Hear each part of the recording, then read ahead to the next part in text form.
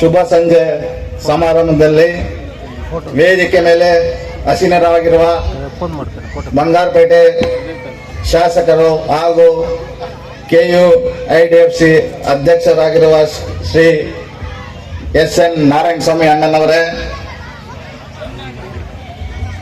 ಈ ಒಂದು ಪುತ್ಥಳಿ ಕಾರ್ಯಕ್ರಮಕ್ಕೆ ಮುಖ್ಯ ಭಾಷಣಕಾರರಾಗಿ ಆಗಮಿಸಿರುವ ಡಾಕ್ಟರ್ ಶಿವಕುಮಾರ್ ಅಣ್ಣನವರೇ,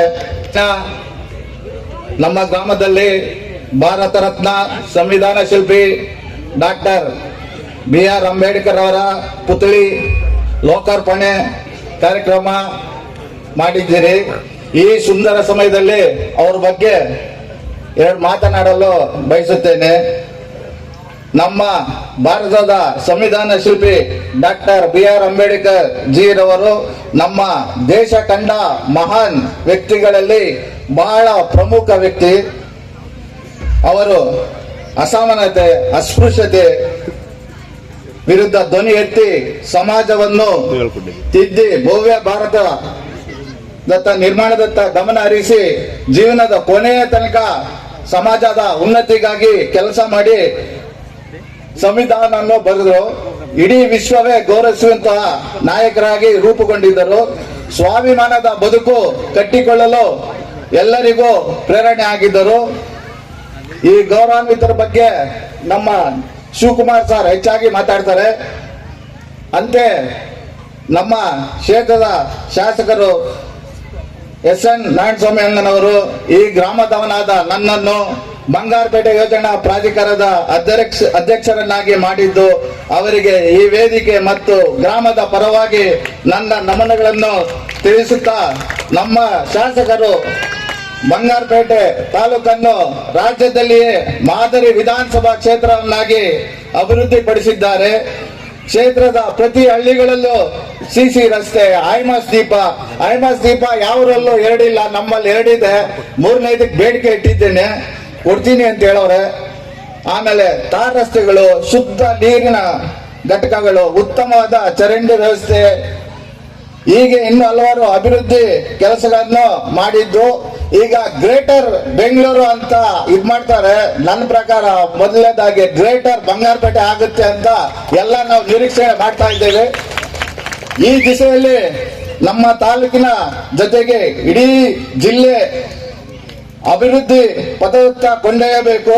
ಅದಕ್ಕೋಸ್ಕರವಾಗಿ ಈ ಒಂದು ಸುಂದರ ವೇದಿಕೆ ಮುಖಾಂತರ ಮುಂದಿನ ಸಚಿವ ಸಂಪುಟದಲ್ಲಿ ಅವರಿಗೆ ಸಚಿವ ಸ್ಥಾನ ನೀಡಬೇಕೆಂದು ನಮ್ಮ ಮುಖ್ಯಮಂತ್ರಿಗಳಾದ ಸನ್ಮಾನ್ಯ ಶ್ರೀ ಸಿದ್ದರಾಮಯ್ಯ ಜಿ ಅವರಲ್ಲಿ, ಉಪಮುಖ್ಯಮಂತ್ರಿಯಾದ ಸನ್ಮಾನ್ಯ ಶ್ರೀ DK ಶಿವಕುಮಾರ್ ಅಲ್ಲಿ ಮತ್ತು AICC ಅಧ್ಯಕ್ಷರಾದ ಸನ್ಮಾನ್ಯ ಶ್ರೀ ಮಲ್ಲಿಕಾರ್ಜುನ್ ಖರ್ಗೆ ಮನವಿ ಮಾಡುತ್ತಾ ನನ್ನ ಎರಡು ಮಾತುಗಳನ್ನು ಮುಗಿಸುತ್ತಿದ್ದೇನೆ. ಜೈ ಭೀಮ್.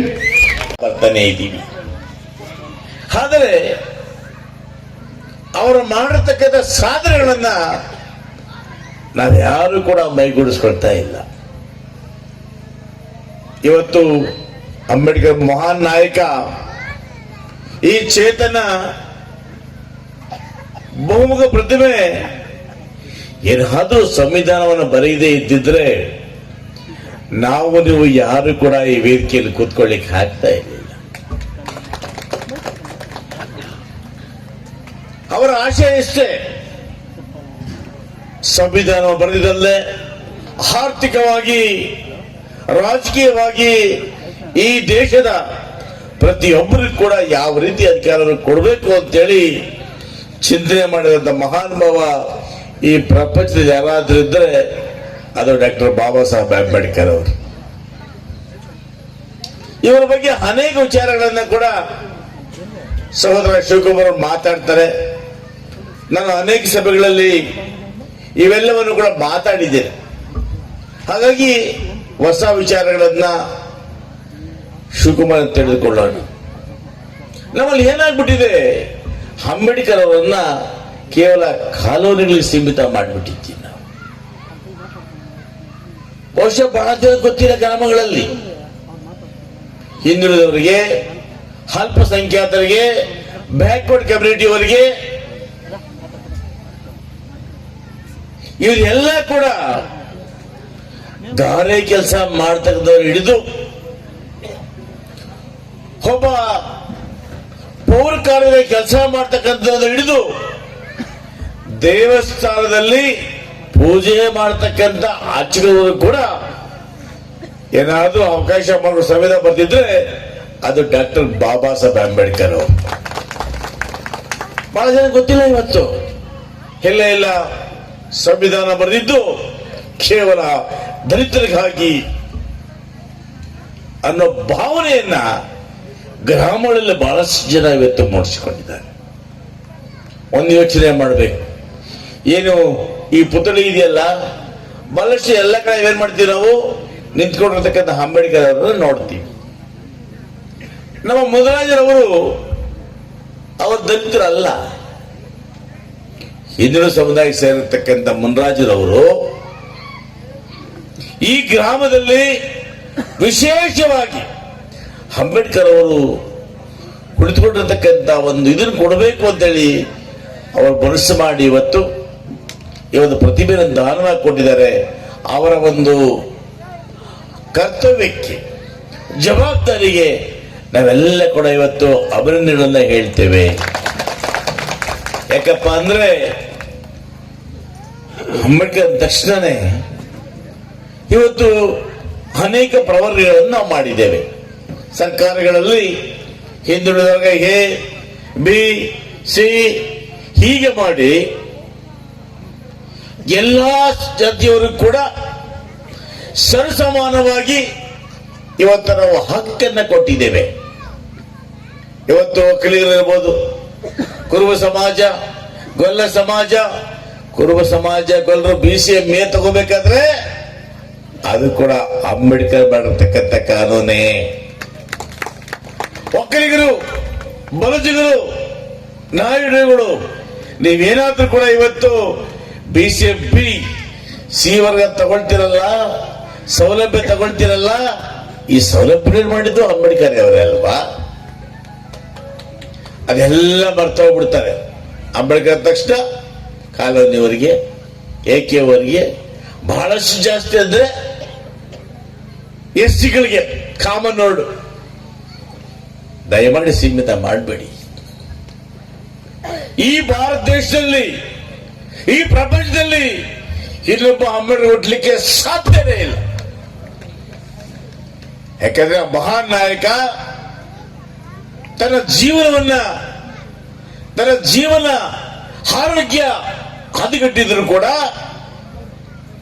ಸುಮಾರು 2 ವರ್ಷ 11 ತಿಂಗಳು 17 ದಿವಸಗಳ ಕಾಲ ಈ ಭಾರತ ದೇಶದ ಪ್ರತಿಯೊಬ್ಬರನ್ನ ರಕ್ಷಣೆ ಮಾಡಬೇಕು, ಅವರಿಗೆ ಒಂದು ಜೀವನದ ಅರ್ಥ ಕಟ್ಕೊಡ್ಬೇಕು, ಬದುಕನ್ನು ಕಟ್ಕೊಡ್ಬೇಕು ಅಂತ ಹೇಳಿ ತನ್ನ ಆರೋಗ್ಯವನ್ನು ಧಿಕ್ಕರಿಸಿ ಇವತ್ತು ಸಂವಿಧಾನ ಕೊಟ್ಟಂತ ಮಹಾನ್ ಪುರುಷ ಅಂಬೇಡ್ಕರ್ ಅವರು.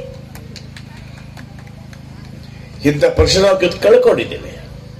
ಆದ್ರೂ ಕೂಡ ಅವರ ಆದರ್ಶಗಳನ್ನ, ಅವರ ಏನ್ ಸಿದ್ಧಾಂತ ಇತ್ತು, ಈ ಸಿದ್ಧಾಂತಗಳನ್ನ ನಾವೆಲ್ಲ ಕೂಡ ಸ್ವಲ್ಪವಾದರೂ ಪ್ರತಿಯೊಬ್ಬರು ತನ್ನ ಜೀವನಗಳಲ್ಲಿ ಸ್ವಲ್ಪವಾದರೂ ಅಳವಡಿಸಿಕೊಂಡ್ರೆ ಬಹುಶಃ ನಮ್ಮೆಲ್ಲರ ಜೀವನ ಸುಧಾರಣೆ ಆಗ್ತದೆ. ಈ ಒಂದು ಸಮಾಜ ಕೂಡ ಸುಧಾರಣೆ ಆಗ್ತದೆ. ಹಾಗಾಗಿ ನಾನು ಹೆಚ್ಚಿಗೆ ಭಾಷಣ ಮಾಡಕ್ಕೆ ಹೋಗೋದಿಲ್ಲ. ನನಗಿನ್ನೂ ಮೂಲ ಕಾರ್ಯಕ್ರಮ ಇದೆ. ಬೆಂಗಳೂರಿನ ಇದಕ್ಕೋಸ್ಕರ ಬೇಗ ಬಂದೆ ನಾನು. ಇವತ್ತು ನೋಡಿ, ಈ ಗ್ರಾಮದಲ್ಲಿ ಇವತ್ತು ಇಷ್ಟೆಲ್ಲ ಕೂಡ ನನ್ನ ಗ್ರಾಮ ಅಭಿವೃದ್ಧಿ ಮಾಡಲಿಕ್ಕೆ ಮುನರಾಜ ಒಬ್ಬರು ಬೆಳೆದಿದ್ದಕ್ಕೆ ಇಷ್ಟೆಲ್ಲ ಅಭಿವೃದ್ಧಿ ಆಗ್ಲಿಕ್ಕೆ ಕಾರಣ ಆಗ್ತಾ ಇದೆ ಅಲ್ವಾ? ಪ್ರತಿಯೊಬ್ಬ ಬೆಳೆದ್ರು ಕೂಡ ಇನ್ನೊಬ್ಬರು ಬದುಕಿದ್ರೆ ನಾವು ಅದನ್ನ ಪ್ರೋತ್ಸಾಹಿಸಬೇಕು.